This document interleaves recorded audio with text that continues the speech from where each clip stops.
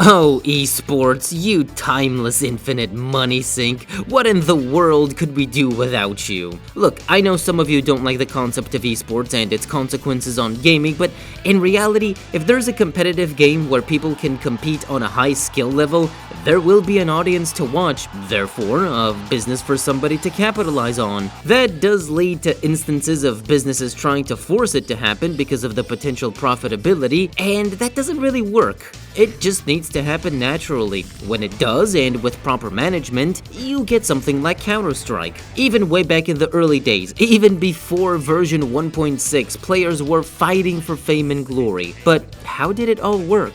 The CS Pro scene of today is very robust with tons of strategies, off angles, boosts, smokes, hackers, and match fixing. But to somebody who wasn't there during the days of CPL and ESWC, how was this game at the top? I've been wondering for the longest time, and it would be interesting to see how it influenced the future.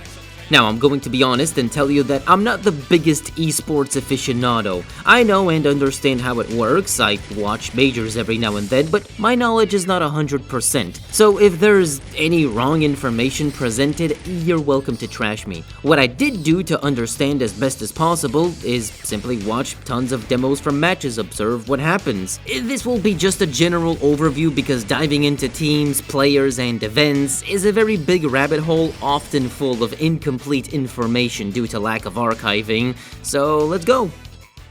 Since CS 1.6 hasn't really changed, the meta and standard rules have been pretty much the same. Round time is 1 minute and 45 seconds, post-plant time is 35 seconds. For weapons, outside of a few scenarios, we'll have to throw away all except the Glock, USP Deagle, M4, AK, and AWP. Since every firearm rewards $300 and most of them are bad, there is no point in using them. Ammo is bought separately, but it's not as significant economy-wise, and you'll see why. Utility, despite lacking the physics, has good use. You'll see a lot of familiar setups and unique usage. Also, even though the smoke is rather transparent, it's not entirely useless. Economy. After losing the first round, the reward is $1,400 and caps off at $3,400 by round 5. Interestingly, if a team manages to win 2 consecutive rounds, their round loss reward changes for the rest of the game. Weird, but alright, and it caps off at $3,000. Round win reward is $3,250 flat. The only time this differs is if terrorists win by detonating the bomb. The reward will be $3,500, or if they lose but planted, they get $850 bonus on top of the round loss. Winning a round also resets the loss reward back to the beginning, unlike in CS2 where it gradually goes down after every win. And for extreme scenarios, it's important to remember team killing has a minus 3,300 penalty. Now let's go to gamer tactics and experience OG competitive play. Round 1, pistols with 800 starting money. A very common instance I noticed on T-side is buying a USP and dropping it to another player who purchases armor. Now, why is that? The Glock, while having the benefit of being free, is a weak P shooter that doesn't one-tap at all, while the USP can one-tap, so CTs only need kits and armor. This is why the Deagle really isn't bought here despite being so OP, it's just more efficient to have money for utility or armor. Win or lose, the bomb plant is at least important to get for that sweet bonus on T-side which helps with second round buys, because getting rifles on second can be tough, so it really depends on team economy. Some players opt for Galil or FAMAS or even Eco so they can op on third. The losing team will very likely Eco on second, so there isn't much to worry about anyway. In force buy situations, Deagle is the way to go. If affordable though, a team might have 1 or 2 rifles, even if it's the cheap ones. A bit of an economic gamble, but this can help with their odds. And before I forget this cool small detail, everyone just typed out their money in chat because it wasn't visible otherwise, if you really wanted to know. Oh, I also didn't mention this, but match format was pretty much the same as we know it, with either 1st to 13 or 16 depending on tournament rules. Since we're on the topic of economics, I would like to mention ammo purchasing. Not buying any can be common. Oppers mostly don't buy. Also for rifles, at least having one is a positive, and 30 bullets can do a lot. But if more bullets are affordable, it's recommended because, for example, spamming walls can be a game changer. Wall bangs can either earn a frag, stop a push, or even help with clearing predictable positions. You know how in current CS, if you know someone is hiding in a corner, you either bait them out or molly them?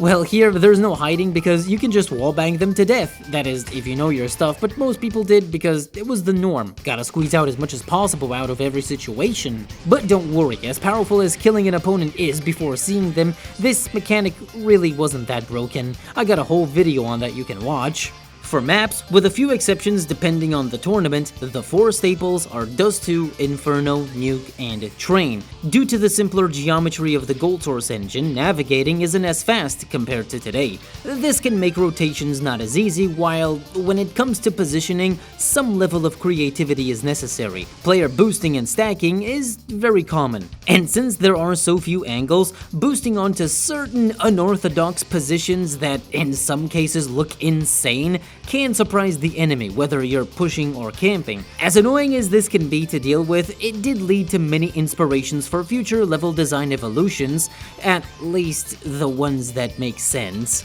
Now, I'd like to mention nade setups. You might think with no openings, the skybox would just block anything. However, in between it and level geometry, there's a sort of, I call it water dimension because it makes splashy sounds. I don't know why it's like that. Some Gold Source expert explained this to me. What this does is it sort of allows for nades to go through. So the concept of flashing over was born here. But because you can do this almost anywhere, I think in retrospect it's a bit OP in some places.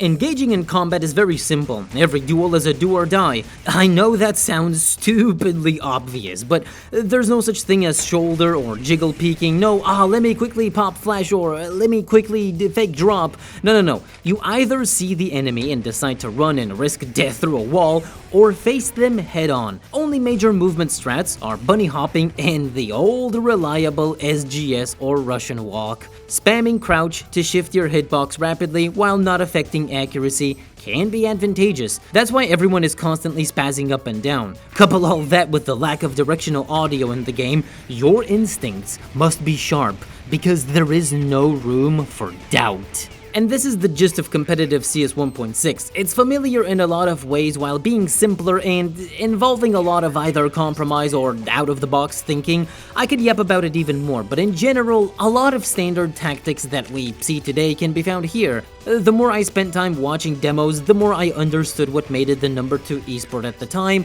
only being beaten by StarCraft. Most games didn't offer the same level of depth. Sure, it's arguable some were just as compelling, like if we consider Quake or Street Fighter to have a higher skill ceiling, these games are played 1v1. CS is 5v5 and comes with an integrated in-game objective as a winning condition instead of simply beating over your opponent. I believe this made it more fun from a spectator point of view to watch, and being kinda grounded in reality made it easier to understand. Oh, there's guys shooting each other with guns. I know that, and I am not a homicidal maniac. Meanwhile, how do you explain StarCraft gameplay to someone who hasn't played it? Like, what's going on here? There's robots roaming around, various aliens doing things, and this guy over here is playing with his foot!